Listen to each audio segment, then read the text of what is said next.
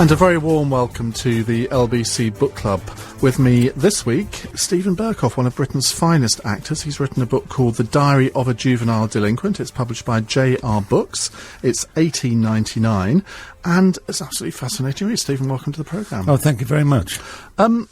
It's said on the press release, it says here, a remarkable memoir of misspent youth. And I looked at that and I thought, was my youth misspent? And I thought, if it wasn't, it probably ought to have been. How do you define misspent youth? Well, misspent youth isn't really misspent because it's always valuable. Whatever experience you have, whatever adventures you get into, whatever drama takes place, it's all grist for the mill. It's all developing. So you could say it's misspent. On the other hand, it might also be a wonderful source of material for your future life if you decide to be a writer or a painter or a sculptor. But misspent youth means you didn't have guidance.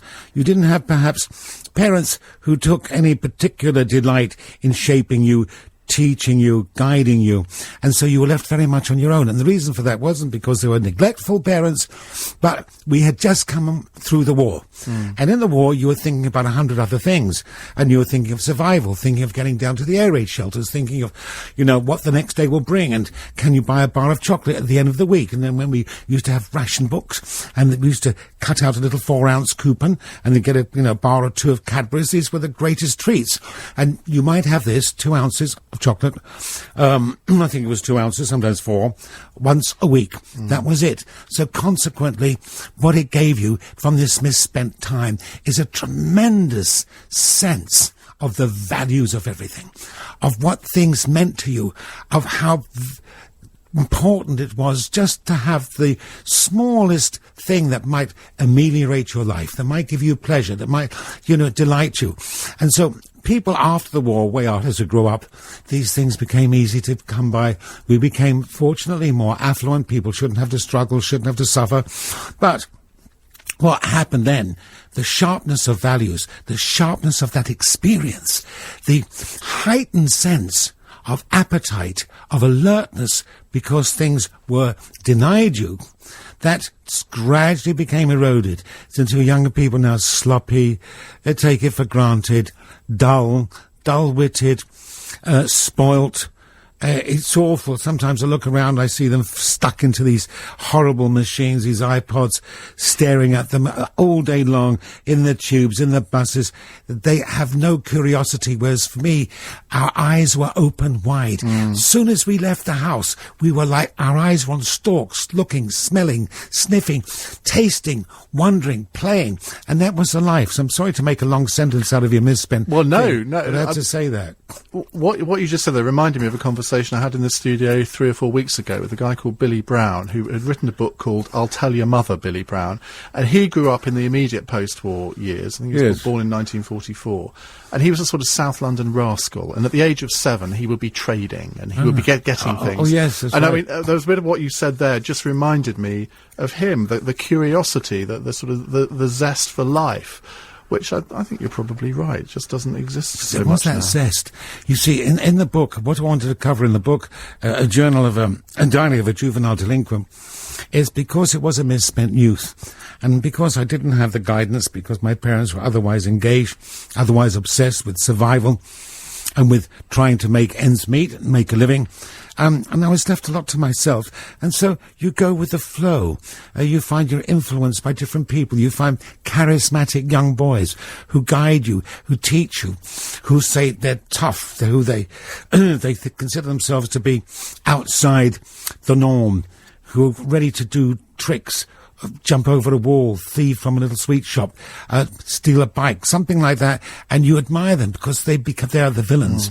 And you used to go to the movies all the time. We had the movie house at the end of the street called the Palaceum, Commercial Road, and of course every week there were 2 movies a week, and it somehow, these early movies championed villainy and gangsters, and we used to love Cagney and Bogart and Edward G. Robinson, and we wanted to grow a bit like them. So unfortunately I had a few terrifying moments when I was 15, when my behaviour was a little bit naughty, and I nicked a bike, and I was sent to a detention centre.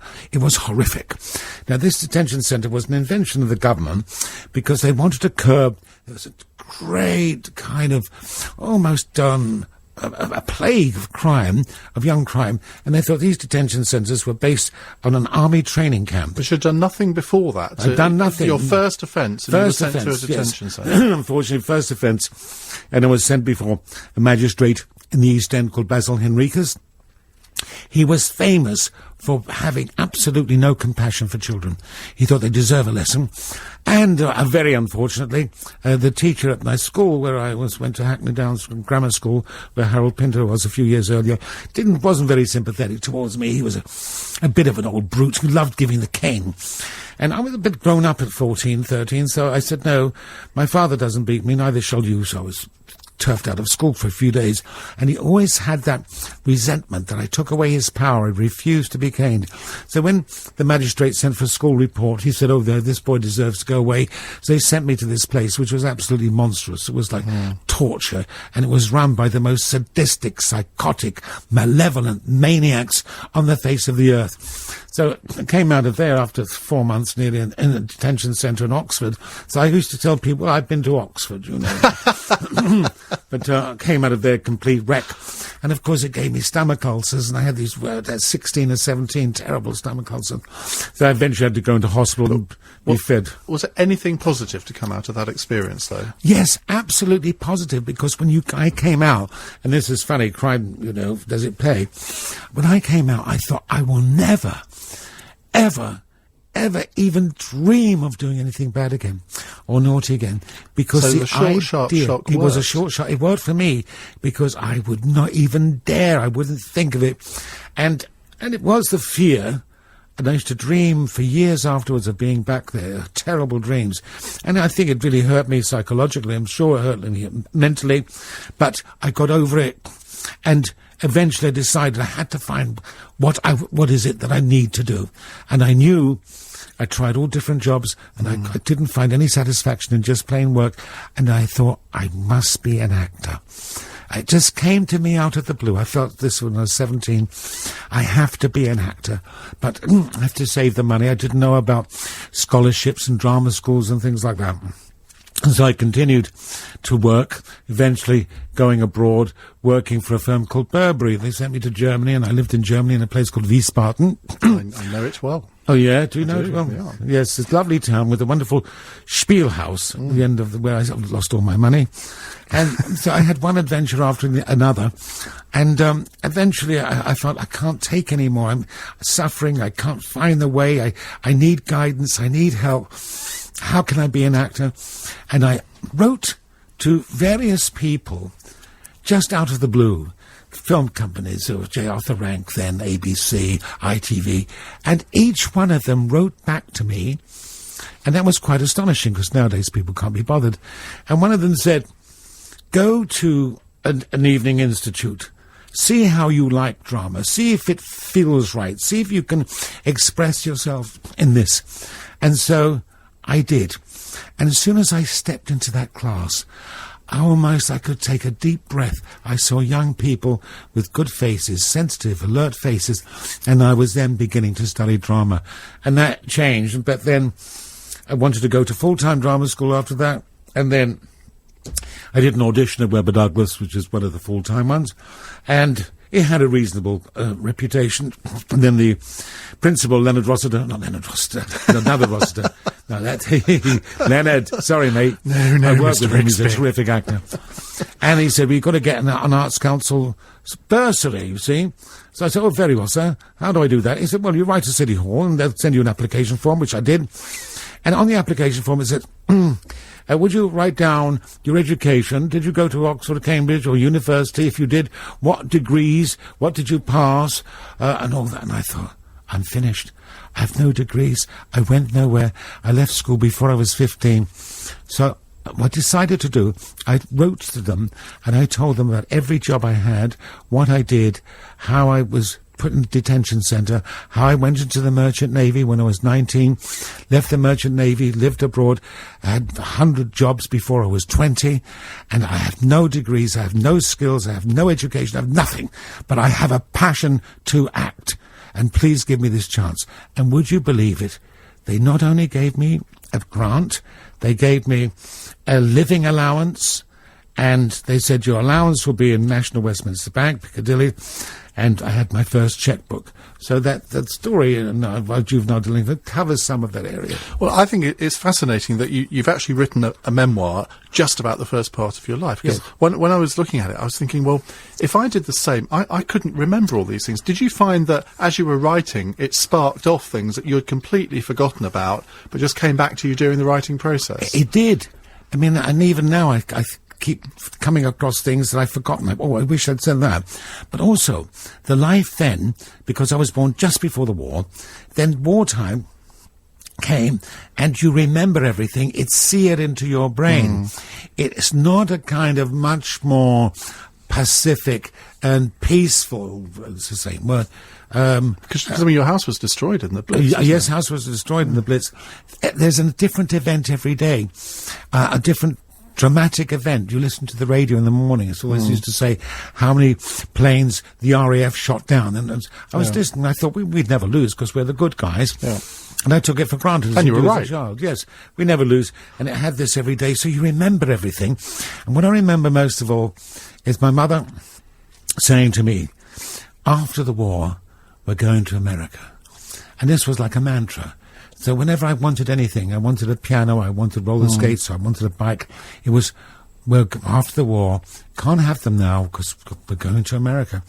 So I was denied everything, and I had this tremendous sense of being denied everything I wanted, but the time came, and my mother's family had gone to America in the 20s. And then my mother and father stayed, and then the war stopped them going.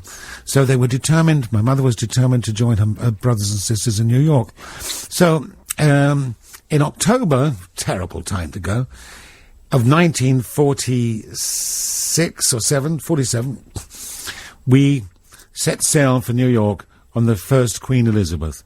And it was the most astonishing, unbelievable, just mind-boggling, as I got up in the dawn of the last day when we were going to sail into the New York harbour in Manhattan, and it was dawn, and we saw the lights of all these buildings, and it was the most astonishing, unbelievable thing I'd ever seen.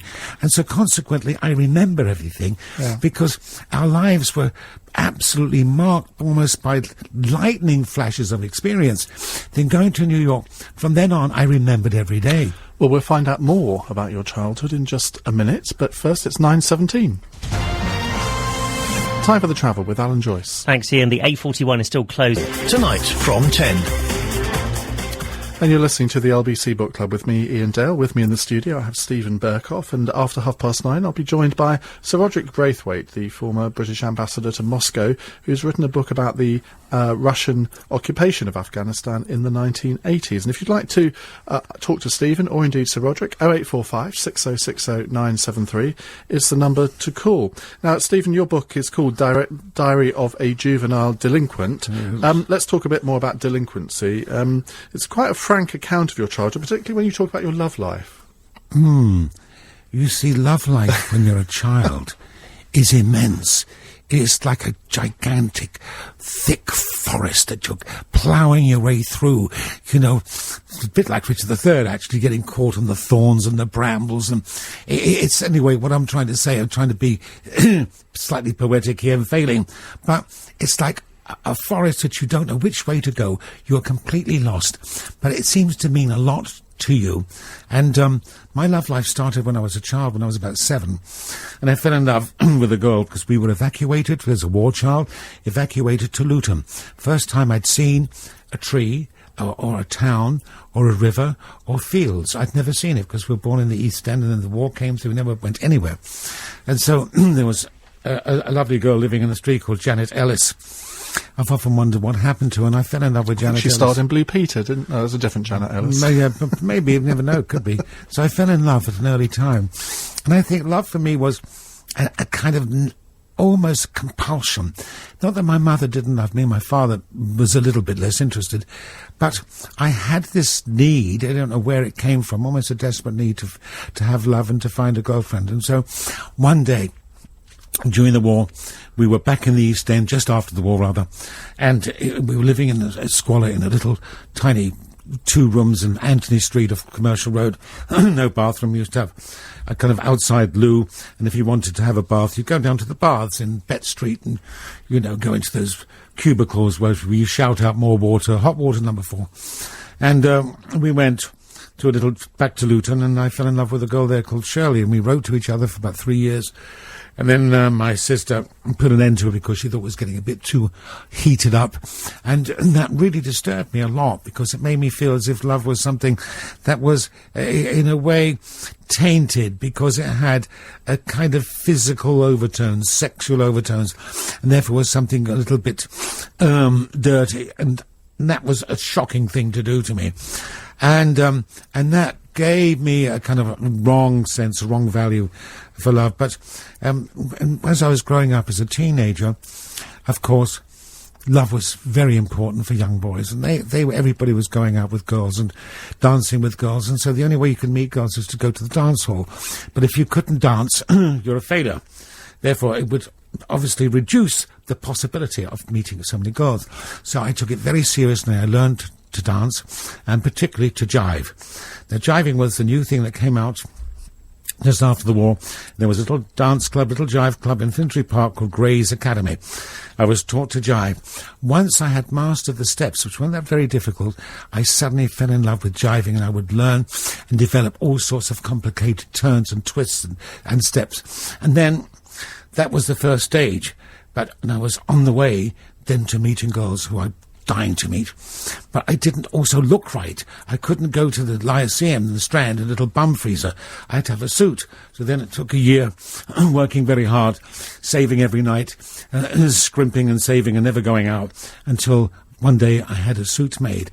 Once I had the suit, because the suit was like your armour, it was the statement of who you were as a man. So I went to a very good tailor on Shaftesbury Avenue, had a suit made, had my jiving intact, went down the Lyceum, and then from then on, I felt I could negotiate with the other sex.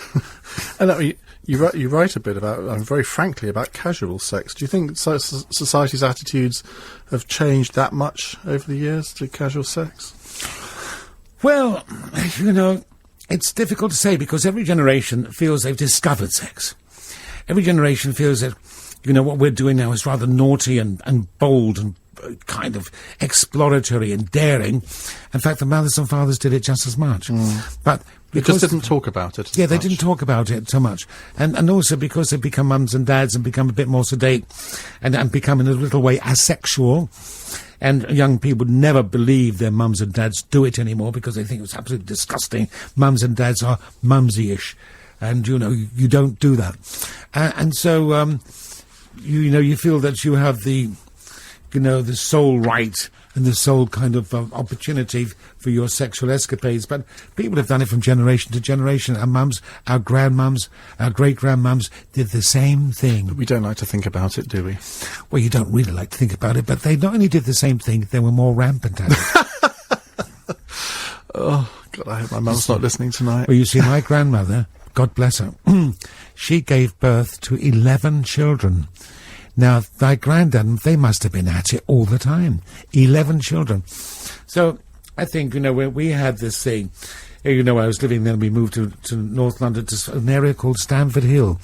Very strange, very kind of multicultural area, very mixed, very Jewish area. And the dance and the girl and the jukebox, and the suit, those were the kind of necessary equipment or attributes that you must have to pursue this. And so it was a romantic age, and even the records, everything was about sex. Everything. There wasn't hardly a songwriter or a singer that didn't glorify, Frankie Lane. And then was the other one Frankie Mitchell and Cliff Richard. Even he did sex initially. Yeah, initially, but he was a little bit different. We never listened to Cliff Richard. He was out of it. It was Johnny Ray. Walking your baby back home, arm in arm over meadow and farm. Walking your baby back home.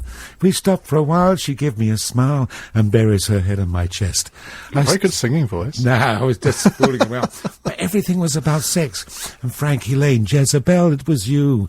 And so we listened in the Stamford Hill. It was a little arcade full of little slot machines, not too different from maybe Tommy when you need the slot machine and you put a penny in or a sixpence in and you play with the steel balls around the slot machines, and there was a jukebox and we all used to cuddle that jukebox, put 2 tuppence in, and all the songs were about this languorous, syrupy, juicy, sweaty love, and that's why everybody got turned on to it.